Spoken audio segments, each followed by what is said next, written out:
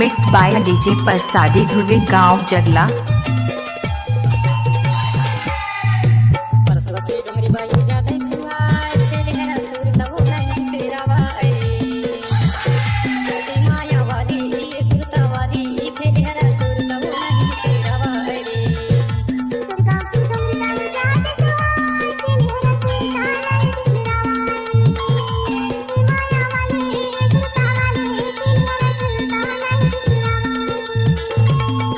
By DJ Ajay remix.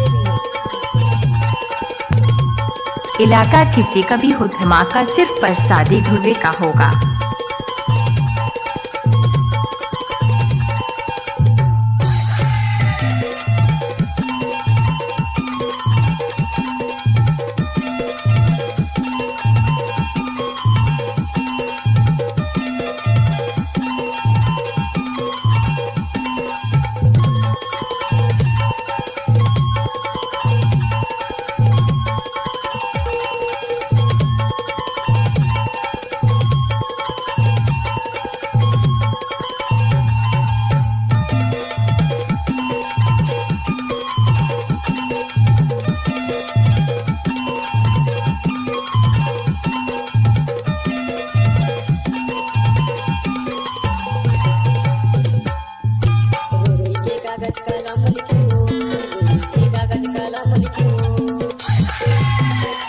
Area किसी का भी हो धमाका सिर्फ प्रसादी ध्रुवे का होगा।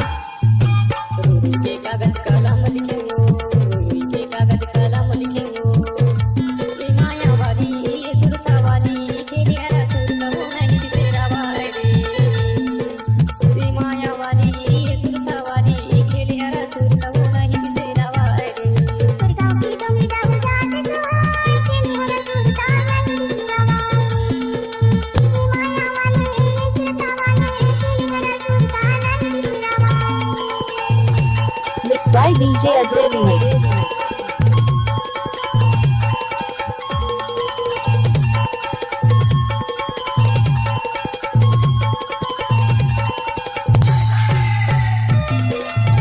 इलाका किसी का भी हो धमाका सिर्फ प्रसादी ध्रुवे का होगा।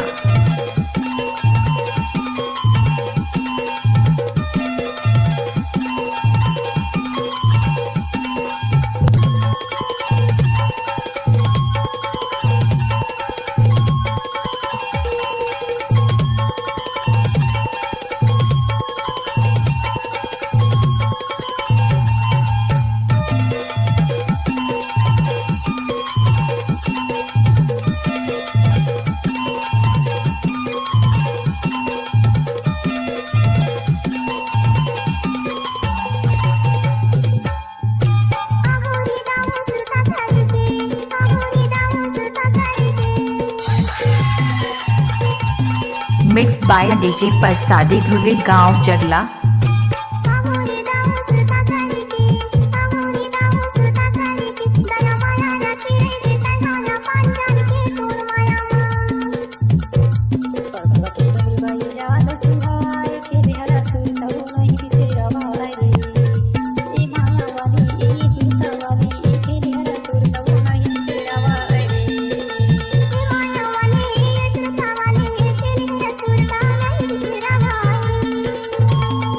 By DJ Ajay remix.